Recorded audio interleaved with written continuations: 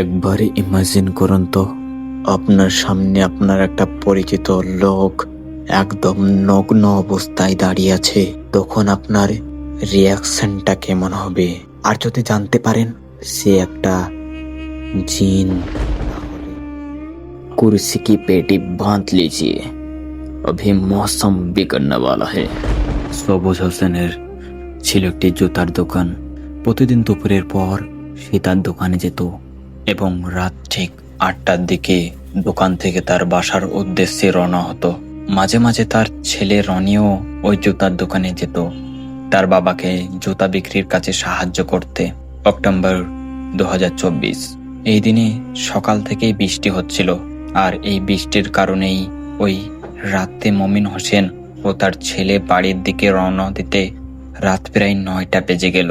একটি বড় ছাতা নিয়ে দুইজন হাঁটা শুরু করলো তাদের বাড়ির উদ্দেশ্যে। কিছু দূর অতিক্রম করার পর একটি দোকানের ছাউনির নিচে তাদের পরিচিত একটি ছেলেকে দেখে দুজন দাঁড়িয়ে গেল। মমিন হোসেন বলল, কিরে, এই বৃষ্টির মধ্যে একা দাঁড়িয়ে আছিস যে? পরিচিত ছেলেটি বলল, আমার কাছে কোনো ছাতা নেই, তাই এই বৃষ্টিতে আটকা পড়েছি, একটু তাড়াতাড়ি বাসায় যাওয়া দরকার। আপনার কাছে কোনো ছাতা আছে? মমিন হোসেন বলল, না, আমার কাছে তো কোনো ছাতা নেই। আমার কাছে তবে একটা বড় পলিথিন দিতে পারি, যা মাথায় দিয়ে বাসায় যেতে পারিস। পরিচিত ছেলেটি বলল, ঠিক আছে, তাহলে ওই পলিথিনই দেন। এবার ওই পলিথিন মাথায় দিয়ে ছেলেটি খুব দ্রুত হাঁটা শুরু করলো এবং অল্প সময়ের মধ্যেই ছেলেটিকে রাস্তার আর লক্ষ্য করা গেল না। এদিকে টর্চের চার্জ কম থাকায় কিছু সময় পর পর আলো জ্বালাচ্ছিল মমিন হোসেন। এভাবে বেশ কিছুটা পথ অতিক্রম করার পর তারা পৌঁছালো গ্রামের একটি কবরস্থানের পাশের রাস্তায়। সামনে কি একটা দেখে দুজন দাঁড়িয়ে গেল এবং দ্রুত টর্চ লাইটের আলো ধরলো ওই দিকে, এবং যে দৃশ্য দেখলো তাতে তারা একেবারেই হতবাক হয়ে গেল। আরে, এই তো ওই ছেলেটা যাকে কিছু সময় আগেই তারা পলিথিন দিয়ে সাহায্য করেছিল।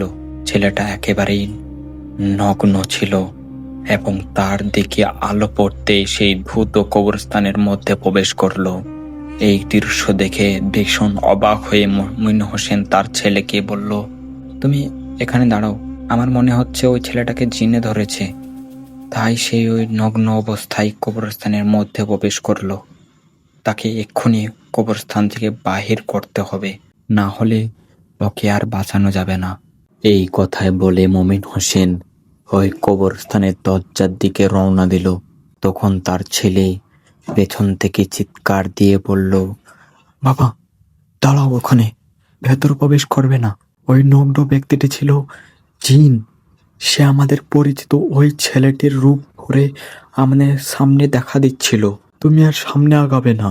কিন্তু তার বাবা যেন কোনো কথাই শুনবে না। সে ওই কবরস্থানের মধ্যে যাবেই। এবার এমন একটি দোয়া পড়ে তার বাবার দিকে ফু দিল, আর সাথে সাথেই তার বাবা যেন স্থির হয়ে গেল।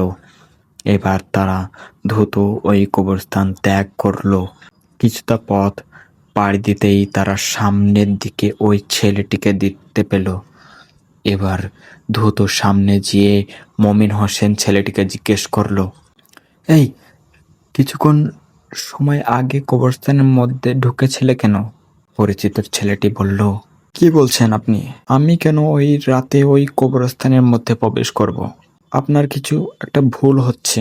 আমি তো আপনাদের কিছুটা আগেই এখানে এসে পৌঁছালাম। মমিন হোসেন বলল, আচ্ছা, তুমি ওই কবরস্থানের পাশ দিয়ে আসার সময় অস্বাভাবিক কিছু দেখেছো? ছেলেটি বলল, অস্বাভাবিক কিছু দেখিনি, তবে ওই কবরস্থানের পাশে যাওয়ার সাথে সাথেই দূর থেকে কিছু একটা ভারী বস্তু পড়ে যাওয়ার শব্দ শুনতে পাই, আর তখন আমি ভয়ে দ্রুত হেঁটে চলে আসি। এবার সবুজ হোসেন সব কিছু বুঝতে পারে আর আল্লাহর কাছে শুকরিয়া আদায় করে এক নতুন জীবন পাওয়ার জন্য। এই ঘটনার পর থেকে মমিন হোসেন ও তার ছেলে রনি রাতে বেলায় একা কবরস্থানের পাশ দিয়ে চলাচল করেনি। আমার বন্ধুরা ঘটনা শেষ করেছে। সবাই ভালো থাকবেন, সুস্থ থাকবেন। এই প্রত্যাশা রেখেই আজকের মতো বিদায় নিচ্ছি। আমি আমিরুল। আসসালামু আলাইকুম। আল্লাহ হাফেজ।